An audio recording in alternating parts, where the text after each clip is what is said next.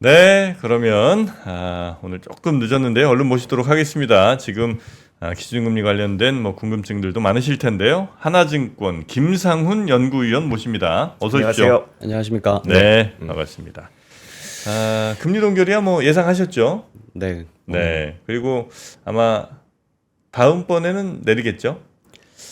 저는 이제 올해 남은 회의가 두 번밖에 없거든요, 우리나라가. 네. 10월하고 11월. 근데 저희는 어제 회의를 듣고 조금 10월보다 11월에 한 번 더 딜레이 돼가지고 수년시켜서 인하를 할 가능성들이 좀 높다라고 판단을 오히려 했습니다. 다음번도 아니고 다다음번으로? 네네네네. 그러니까 이게 지금 시장은 어제 회의를 보고 아마 뉴스 기사도 많이 보셨겠지만 인하 신호를 되게 많이 줬다. 네. 그래서 표면적으로는 되게 완화적이고 비둘기파적이었다라고 저도 처음에 보고 해석을 했는데 네.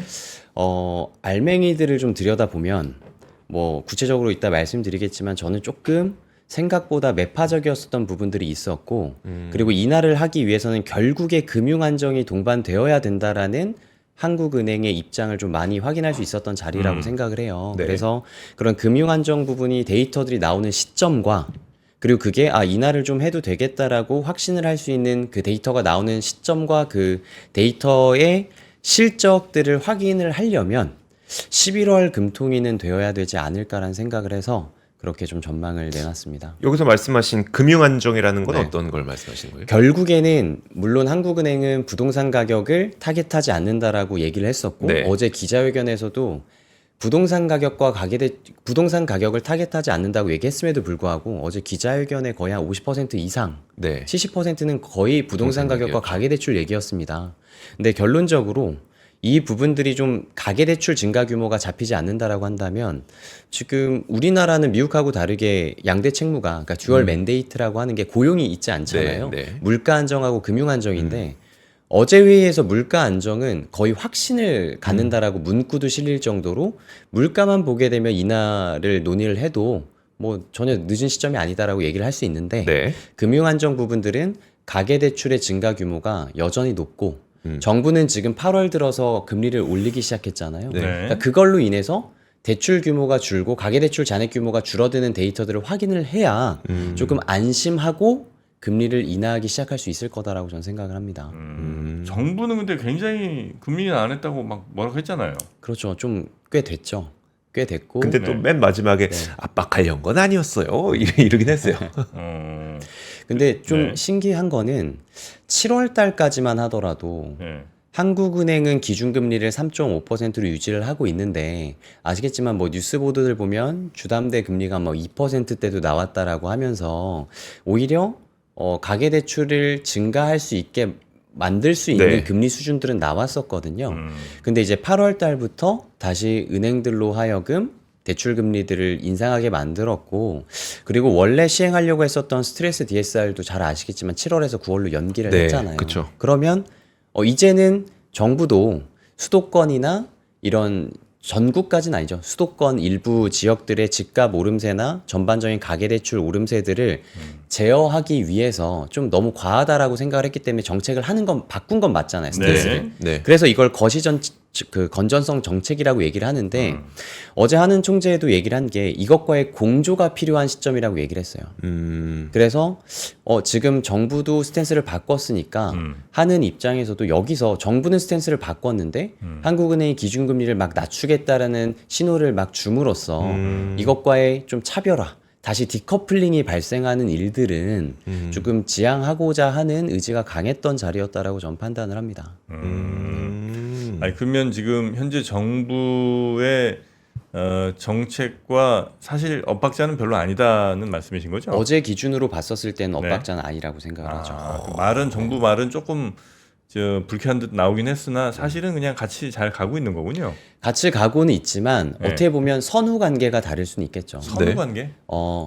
저는 어디 쪽의 인사도 아니지만, 네. 그러니까 정부와 한국은행은 기준금리를 좀 유지하면서 가계대출을 좀 줄이는 모습들을 좀 꾀하려고 했었다고 한다면, 오히려 뭐 누구의 탓이 아니라 실질적으로 가계대출과 부동산 가격이 수도권을 중심으로 인해서 되게 많이 올라간 부분들은 사실이잖아요. 네. 그러다 보니까 정부도 이건 아닌 것 같아서 정부 스탠스를 바꿨는데, 그거를 이제 취약계층과 자영업자들이 힘든 부분들은 맞으니까 하는 한테 그럼 전반적으로 금리는 좀 낮춰줘라라는 좀 뉘앙스들의 의견들을 좀 풍긴 게 아닌가 생각이 드는데, 그러기에는 어제 한국은행도 얘기를 했지만 결국 내수 전망치를 낮췄어요. 네. 그러니까 우리나라 전망치를 성장률을 올해 거를 2.5에서 2.4로 0.1 정도 낮췄거든요. 네. 그러니까 낮춘 거를 보면 수출은 좋은데 내수, 그러니까 민간 소비가 포함되어 있는 내수가 안 좋기 때문에 낮춘 거예요. 네. 그럼 어쨌든 우리가 민심이나 이런 걸 봤었을 때는 실질적으로 민간 소비가 안 좋을 때 가장 타격이 심하잖아요. 네. 그래서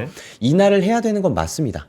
그래서 인하를 하려고 하는 시점들에 대해서 구체화시키진 않았지만 어제 여러 가지 성명서나 기자회견들을 보면 결론적으로 인하를 하겠다는 건 시사를 한 거예요. 네. 근데 그 4분기쯤에 인하를 하는 게 적절할 거다라고 저희도 판단은 하는데 그 시점이 10월이냐 11월이냐에 대해서는 저희는 금융안정까지 좀 데이터를 확인하고 시작을 하는 게 한국은행 입장에서 좀 안정적이라고 판단을 했지 않았을까라고 싶고 기자회견에서 그 얘기를 했습니다. 실제로 그 총재가 내수 같은 경우는 나중에 우리가 아차 싶으면 50bp씩 인하할 수도 있는 거잖아요. 그죠? 과거에 위기 때도 우리나라 네, 50bp 네. 인하했었으니까 코로나 때도. 네. 그럼 그걸로 대응이 그래도 어느 정도는 가능하다고 보는데 금융 안정 시점은 사실 지금 우리가 내려버리거나 너무 인하에 대한 시그널들을 좀 세게 준다고 하면 지금 못 잡으면 이 리스크가 더 커질 거다라고 판단을 했기에 네. 8월 금통위에서는 동결 결정을 했다라고 네. 얘기를 했습니다. 그리고 하나 더 말씀을 드리면 7월 회의 때도 그렇고 이번 8월 회의 때도 그렇고 뭐 시장 금리가 어떻게 움직였고 주가가 어떻게 움직였는지는 배제하고 네. 그냥 내용만 보면 위아래들을 사실 다 막아놨어요. 그러니까 예를 들면 7월 같은 경우도 기준금리를 동결을 했는데 소수 의견이 나올 걸로 기대를 했었거든요. 네, 그랬죠. 근데 소수 의견은 안 나왔는데 향후 3개월을 얘기할 수 있는 이제 포워드 가이던스가 지금 그 이창용 총재에서는 생겼기 때문에 네. 3개월 내에서 인하가 적절하다고 판단했던 위원수가 1명에서 2명으로 늘었습니다. 그리고 통화정책 방향문이라고 하는 그 성명서가 되게 완화적으로 바뀌었는데 기자회견이 되게 매파적이었어요. 그래서 되게 위아래가 막혀 있었다라고 제가 표현을 드린 네. 건데 이번에 8월 금통위도 오히려 저는 이제 만장일치 동결을 좀 주장했지만 시장에서는 좀 인하 소수가 실제로 나올 거다. 왜냐? 네. 시장이 10월 인하를 그래도 기대하고 있으니까. 근데 결론적으로는 만장일치가 나왔잖아요. 네. 근데 어제 시장 금리가 내렸거든요. 그 이유는 방금 말씀드렸던 3개월을 내다보는 포워드 가이던스에서 7월에 1명에서 2명으로 늘어났던 게 4명으로 늘어났어요. 그럼 총재 빼고 6명의 위원이 그걸 찍는데 그렇죠. 4명이면 이제 인하 소수가 아니라 인하 다수가 된 다수네요. 겁니다. 네. 그래서 그런 부분들이 되게 이제 좀 복잡하게 생각을 좀 많이 꼬아서 해봐야겠다라는 쪽으로 좀 제시가 됐고, 근데 거기서 저는 포워드 가이던스 4명만 봤었을 땐 되게 표면적으로는 비둘기파적이다라고 말씀을 드렸지만 네. 알맹이를 보면 만약에 정말 10월 인하를 시사하고 싶었으면 4분이나 되는 위원들 중에 1분이라도 인하 소수를 실제로 냈으면 그럼 시장으로 하여금 확실히 시그널을 줄 수 있었던 게 아닌가? 네. 라고 한번 되게 곱씹어 볼 수 있다는 거죠. 그러면 굳이 기자회견의 70%가 금융안정 얘기로 다 쏠려갔었고 네. 포워드 가이던스 4명이지만 결국엔 만장일치 동결을 했었다는 얘기는 가계부채와 이 부동산 가격의 안정 여부를 판단하고 싶다라는 생각을 전달한 게 아닌가, 알맹이는. 그렇게 좀 생각을 합니다. 만약에 그러면 네. 그 우리가 생각하고 있었던 그러니까 과거에 생각하고 있었던 그 다음번 인하가 한 차례 밀릴 거라고 전망을 하고 계시는 거잖아요. 네네네. 그런 상황에서 미국이 금리를 9월에 인하하게 되면 네. 뭐 외환 시장이나 이런 쪽으로는 영향이 어떻게 될 것 같으세요? 우선은 저는 지금 우리나라가 결론적으로는 인하를 할 건데 네. 미국 같은 경우는 50bp 막 비컨 얘기도 나왔었고 결론적으로 우리나라보다 더 많이 인상을 했기 때문에 인하를 시작하더라도 우리나라보다 많이 할 거다라는 거는 지금 뭐 시청자분들도 다 알고 네. 계시는 얘기이기 때문에 엔화나 원화가 여태까지 너무 약세였던 부분들이 한 방에 되돌려지는 움직임들을 저희가 다 목도했잖아요. 네. 그렇기 때문에 그 레벨에서 뭐 미국이 9월에 인하했는데 우리가 11월에 인하를 했기 때문에 추가적으로 원화가 더 강세가 된다. 이러기에는 네. 경기 판단들을 다시 해봐야 되기 때문에 한 번의 통화 정책 결정으로 인해서 외환 시장이 더 뭐 변동성이 커질 가능성들은 이미 어느 정도 선반영이 되어 있다라고 판단을 합니다. 그리고 하나만 더 첨언을 네네. 드리면 네. 제가 굳이 뭐 10월에 할 수도 있겠지만 11월로 말씀을 드리는 그 데이터를 보는 시점을 아까 서두에 강조를 드렸는데 저도 이게 확실히 정해진 게 아니어서 뭐 은행 담당 애널리스트한테도 물어보고 저희가 보도 자료들도 다 찾아봤는데 네. 우리가 시중 5대 은행의 가계대출 잔액을 한국은행이 데이터를 발표해 주는데 거의 한 2, 3주차 뭐에 발표가 되더라고요. 그래서 6월부터 보면 제일 빨랐었을 땐 10일 정도에 발표가 됐었고 네. 그 뒤로는 뭐 12, 13일 날 발표된 적도 있었습니다. 그래서 확실히 명시되어 있는 날짜는 없는데 우리 10월 금통위가 10월 11일 날 발표가 되거든요. 네. 그럼 우선 다음 달 9월이 되면 8월 대출 잔액 나올 거잖아요. 근데 지금 8월 14일까지 시중 5대 은행 가계 대출 잔액이 뉴스에 보도가 됐어요. 4조 늘었습니다. 4.2조 정도. 네. 근데 7월 달에 7.2조가 늘어서 21년 4월 이후로 가장 많이 늘었다라고 네. 통계가 나왔어요. 근데 지금 8월 중순까지 4.2조가 늘었단 말입니다. 그러면 이미 8월에 시중은행으로 하여금 주택담보금리나 뭐 신용대출 금리들이 올라가기는 했지만 이미 스트레스 DSR 전에 좀 소위 받으려고 연끌을 하는? 했었던 네. 분들도 있을 거고 해서 8월에 유의미하게 7월보다 대출 잔액이 낮아질 거다라고 데이터로 보기는 저는 개인적으로 어려울 수 있다고 생각을 하고요. 그리고 우리가 대출을 받아보면 아시겠지만 한 번에 다 받는 거 아니잖아요. 그러니까 자금 집행 시점까지 시차가 그렇죠. 걸리면 10월에 만약에 9월 데이터를 확인할 수 있다고 하더라도 네. 그게 유의미하게 감소한 게 확인이 되지 않으면 어제 한은 총재가 얘기했었던 거시 건전성에 대한 파급 효과를 지켜보는 데 있어서 10월이 조금은 불충분할 수 있다. 그래서 11월 금통위까지 가게 되면 그래도 8, 9, 10월 정도가 조금씩이나마 줄어드는 그 기조가 보이면 네. 추세가 보이면 저희는 11월 달에는 좀 더 편안하게 미국도 내렸고 그런 부분들로 인해서 인하의 기조들을 좀 가져갈 수 있지 않을까 생각을 하고 있습니다. 네, 그 기준금리를 만약에 그렇게 안 내리고 있으면 한 2달, 3달 정도 대출 잔액이 좀 줄어드는 이 모습이 좀 보일 가능성이 높긴 해요. 기준금리도 그렇고 네. 그리고 기준금리 플러스 가산금리로 저희가 어쨌든 대출을 받아볼 수 있을 네. 건데 지금 현재 기준금리는 유지가 되어 있는 상황에서 가산금리가 다시 올라가면서 저희가 대출금리가 올라가고 있으니까 이거야말로 말 그대로 조금 금융안정을 꾀할 수 있는 정부랑 통화정책의 이 당국 간의 공조이지 않을까라고 저는 생각을 합니다.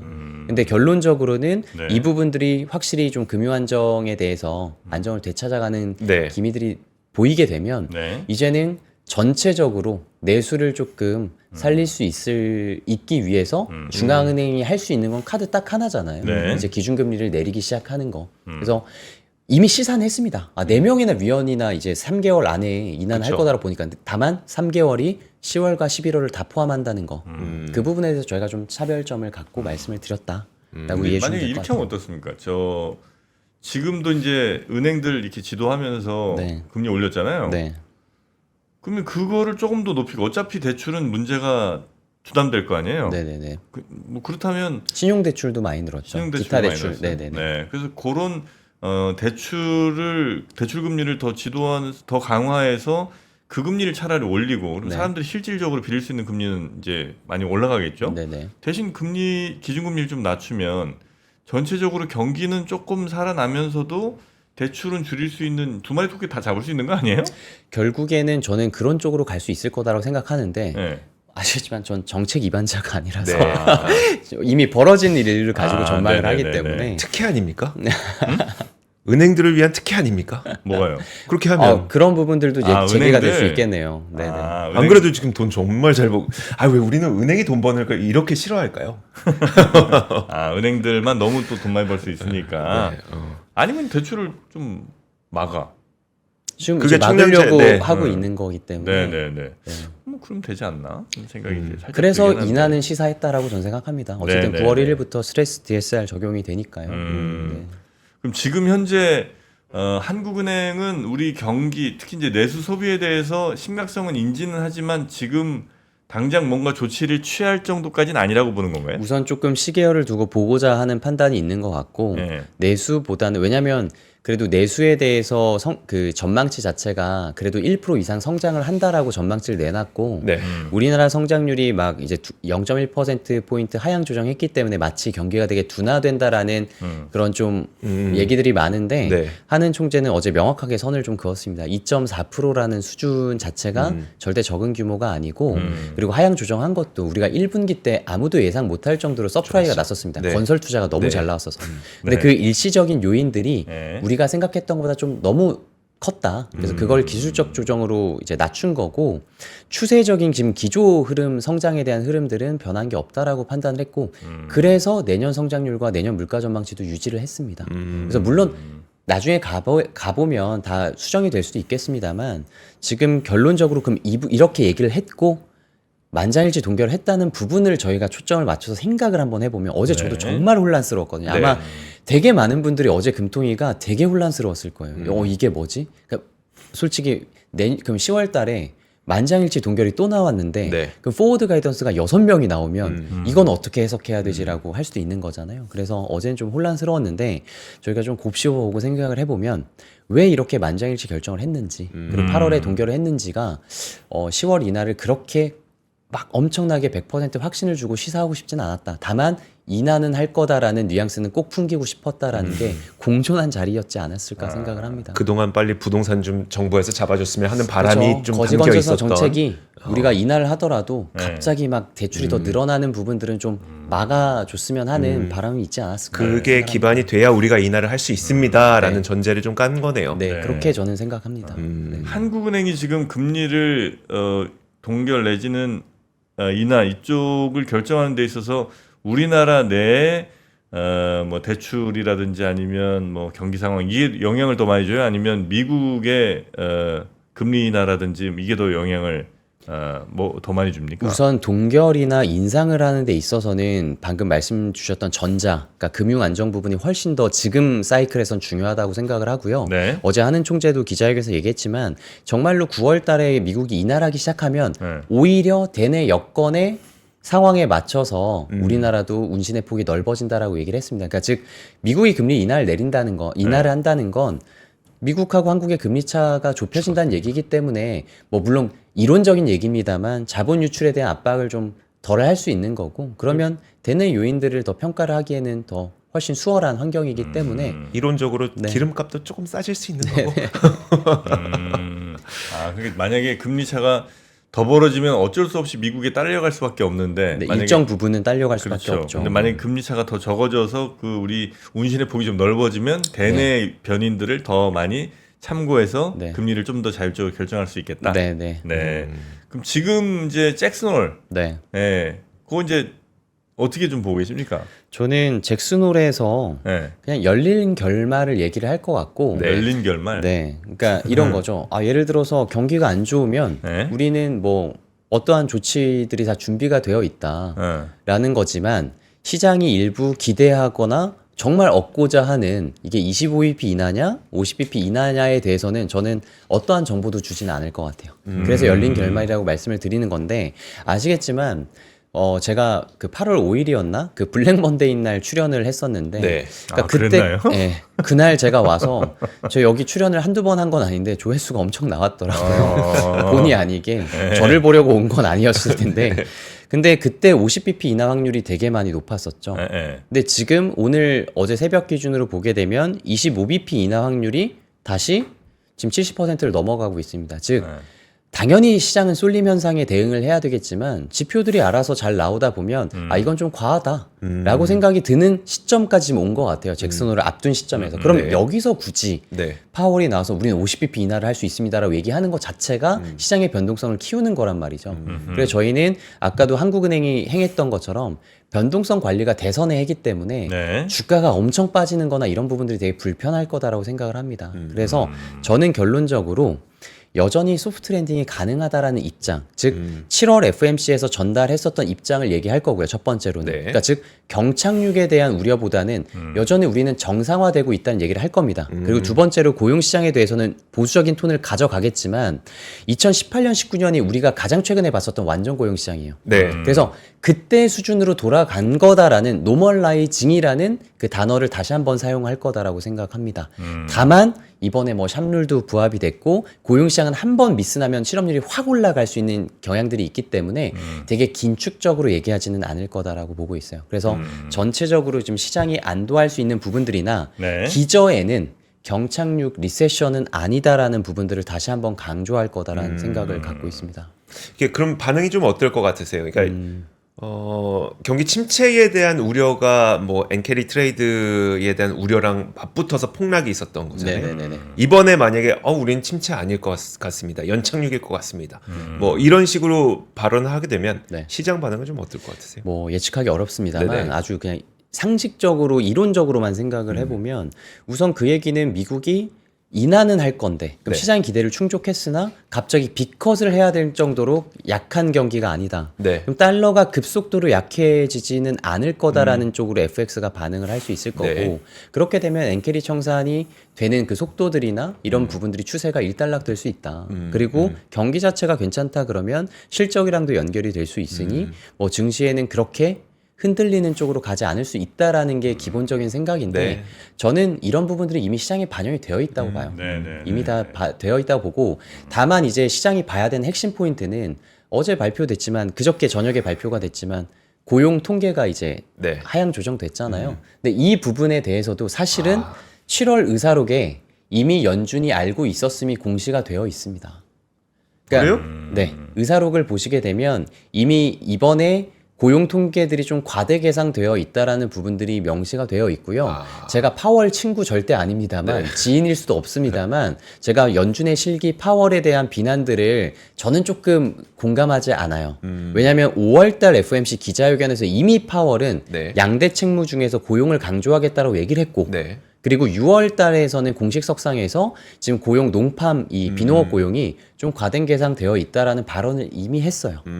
그래서 7월 FMC에서 9월에 고용 때문에 인하를 할 거다라는 거를 연준위원들 다 도닥도닥 토닥여가지고 성명서를 바꾼 거 아닙니까?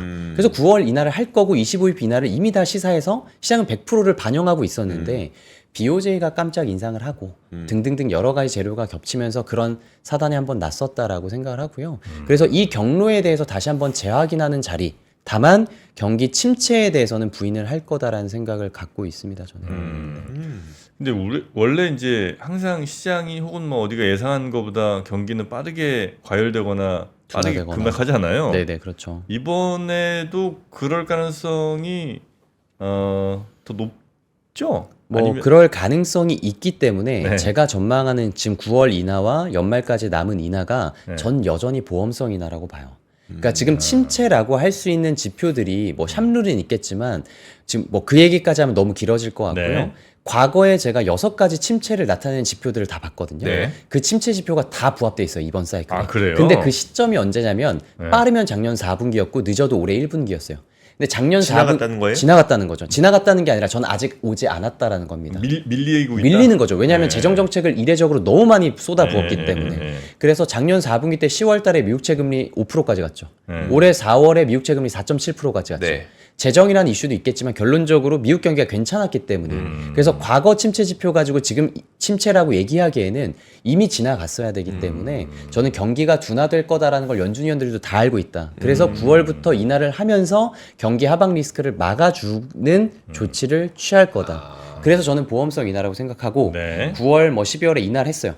그 다음 데이터들이 지금 시장이 반응하고 있는 것보다 너무 안 좋지 않다라고 생각을 하면 저는 기본적으로 시장 금리도 지금 레벨보다 반등할 거다라고 생각을 합니다. 요거 이렇게 잘 관리하면 큰 침체 없이 그냥 또 스무스하게 다시 뭐 경기 조금씩 살아나고 이런 그림으로 갈 수도 있어요? 갈 수도 있고 그래요? 갈 수도 있지만 그러려면 결국에 기준금리 자체를 지금 실질금리가 플러스잖아요. 네. 물가보다 기준금리가 네. 높으니까 그 정도 폭을 줄이는 데까지는 인하를 계속 해가야겠죠. 왜냐 한두 번 내리고 또 유지를 한다는 얘기는 실질금리가 높은 수준에서 그렇죠. 계속 유지가 네. 되는 거기 때문에 경기 슬로우다운 되는 그 속도나 강도들을 보면서 낮춰는 갈 거다라고 생각합니다. 과거에도 그런 일들은 그러니까 관리자에서 원래 침체가 좀 올 뻔했는데 그냥 다시 잘 살아나고 이런 경우들이 종종 있습니까? 그게 보험성 인하의 성공 사례였죠. 아, 90년대 그래요? 중반하고 2019년도 후반인데 옐런 2020년도 때 코로나가 와서 저희가 그 끝 결말을 볼 수는 없었습니다. 근데 90년대 중후반은 성공 사례였다라고 보시면 될 것 그래요? 같아요. 마지막 하나만 네네, 말씀드리면 네네. 잭슨홀에서 하나 주목해야 될 게 이제 그 시장에 대해서 조금은 보수적 톤을 얘기는 할 거다라고 말씀드렸잖아요. 그러면 이제 9월 FOMC를 앞두고 파월이 공식 성상에서 이제 얘기할 수 있는 또 자리이기도 하니까 9월에는 점도표랑 수정경제 전망이 발표가 되잖아요. 네. 그러면 실업률 전망치는 좀 더 올라갈 수 있을 거다라는 시사는 할 거다라고 네. 생각합니다. 잭슨홀에서 그런 얘기를 할 것 같으세요? 뉘앙스 자체. 뉘앙스가? 네네. 아. 왜냐하면 실업률을 유지하기 위해서 필요한 일자리가 네. 지금 과대 계상됐다라는 게 확인이 돼서 81.8만 건. 네. 한 달 동안 그 매달 평균으로 하면 6.8만 명이 이제 줄어든 얘기가 되거든요. 그렇죠. 네. 그래서 그런 부분들 때문에 올라갈 수는 있지만 실업률 자체가 좀 더 올라간다고 해서 지금 경기 침체를 얘기할 정도는 아니다라는 톤으로 뭐 여러 가지 얘기를 할 거고 네. 2022년도처럼 8분 50초 만에 나가진 않을 거라고 생각을 합니다. 좀 그래도 길게 근데 얘기를 하지 너무 않을까. 이렇게 남자친구 여자친구 헤어진 네. 것처럼 쌩 나가셔갖고 좀 놀라긴 했었는데 알겠습니다. 자, 최근에 한국은행 금리 동결 그리고 미국의 잭슨홀 앞두고 네. 또 이 시장을 굉장히 또 정확하게 냉철하게 보고 계시는 우리 김상훈 하나증권 연구위원님 모시고 네, 같이 한번 분석 결과를 좀 들어봤고요. 오늘의 이야기는 네. 한 5번 다시 듣기. 해야 해야 될것 같습니다. 예, 예. 우리가 염소가 된 것처럼 계속해서 올려서 다시 한번 씹어보고 네, 해야 될 그런 영상인 것 같습니다. 자, 오늘 함께해 주신 김상훈 연구위원님 대단히 고맙습니다. 감사합니다. 네, 주말 잘 보내십시오. 네. 자, 저희도 이제 인사드리고 오프닝 벨 라이브로 네. 연결해 갈 겁니다. 오늘은 우리 특히 국장 좀 올라갑니까? 오늘요? 네. 오늘은 조금 그냥 지지부진. 왜 시작하기 전부터 그냥 힘을 빼고 그래? 근데 어제 미국이 떨어졌는데 네. 이미 근데 어제 우리도 떨어졌기 때문에 오늘은 지지부진. 네. 그 다음에 이제 파월 의장 잭슨을 아니야. 보고 아니야, 다음 아니야. 주부터 본격. 아니, 오늘 3% 상승입니다. 오늘부터. 오늘 상승입니다. 자, 어떻게 되는지 오프닝 벨 라이브와 함께 하시기 바라겠습니다. 저희는 월요일에 다시 찾아뵙겠습니다. 감사합니다. 함께 해주신 분 고맙습니다. 박근영, 이선영, 서경인, 염승환 투자 마스터들의 세심한 케어로 건강한 투자 습관을 만드세요. 3프로 멤버십 3프로 앱에서 확인하세요.